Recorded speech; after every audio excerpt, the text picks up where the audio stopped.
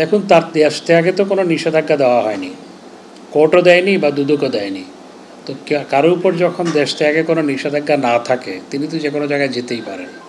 তো 6 জুন তিনি হাজির হচ্ছেন কি হচ্ছেন না, সেটি হচ্ছে দেখার বিষয়। এগুলো কি নাটক? আমাদেরকে শেখান, এগুলো আইওয়াস। এদেরকে ছেড়ে দেওয়ার, এদেরকে পবিত্র করে দেওয়ার জন্য এই আয়োজন করতেছে শেখ হাসিনা। আপনার গোয়েন্দা সংস্থা ছিল না, আপনার এনএসআই ছিল না, আপনার ডিজিএফআই ছিল না, আপনার ডিজি ছিল না, আপনার দুদক কোথায় ছিল?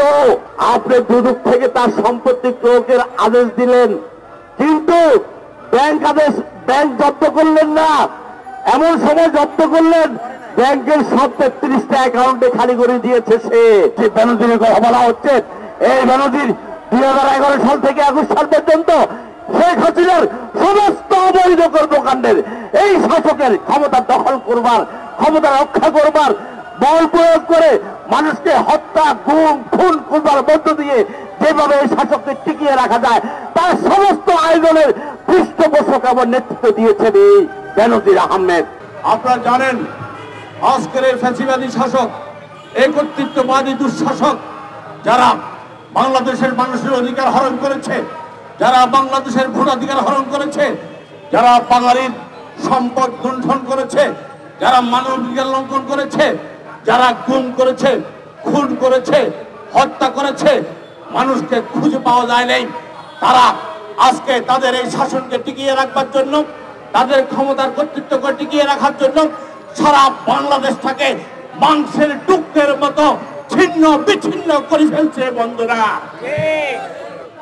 এরা মাংস যেমন নানা টুকরে বিক্ষিপ্ত হয়, আজকে পুরো দেশটাকে এইভাবে তারা খণ্ডন করে মাংসের মতো কেটে কেটে আজকে পুরো জাতিটাকে হাহাকারের সাগরে পাঠিয়ে দিচ্ছে। বন্ধুরা, এর প্রতিবাদ করতে দাঁড়িয়েছি আমরা। এরা গত 15 বছর আমাদের ভোটের অধিকার কেড়ে নেয় নাই, শুধু আমাদের সম্পদ, আমাদের মানুষের যে ন্যায্যতা, যে কষ্ট করে যাদের আয় রোজগার, সেই টাকা, সেই সম্পদ তারা চুরি করেছে।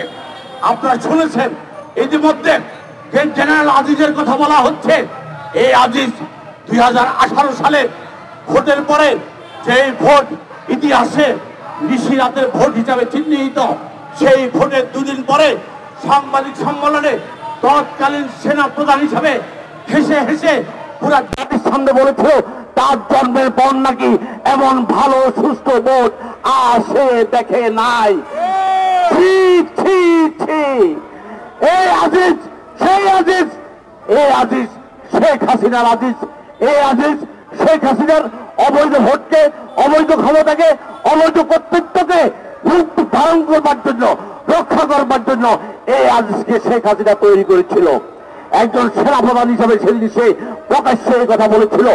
আর যে বেনজিরের কথা বলা হচ্ছে, এই বেনজির 2011 সাল থেকে 21 সাল পর্যন্ত শেখ হাসিনার সমস্ত অবৈধ কর্মকাণ্ডের এই শাসকের ক্ষমতা দখল করবার, ক্ষমতা রক্ষা করবার, বল প্রয়োগ করে মানুষকে হত্যা, গুম, খুন করবার মধ্য দিয়ে যেভাবে এই শাসককে টিকিয়ে রাখা যায়, তার সমস্ত আয়োজনের পৃষ্ঠপোষক এবং নেতৃত্ব দিয়েছেন এই বেনজির আহমেদ। বন্ধুরা, আজকে আমেরিকা স্যাংশন দিয়েছে আজিজের বিরুদ্ধে, তখন কথা হচ্ছে, আজকে একটি পত্রিকায় রিপোর্ট করেছিল বেনজিরের বিরুদ্ধে, তখন কথা হচ্ছে এর আগে এই দেশের শাসক হাসিনা আপনি ছিলেন না, আপনার গোয়েন্দা সংস্থা ছিল না, আপনার এনএসআই ছিল না, আপনার ডিজিএফআই ছিল না, আপনার ডিজি ছিল না, আপনার দুদক কোথায় ছিল? কেমনে এই বেনজির শত শত বিঘা জমির মালিক হয়?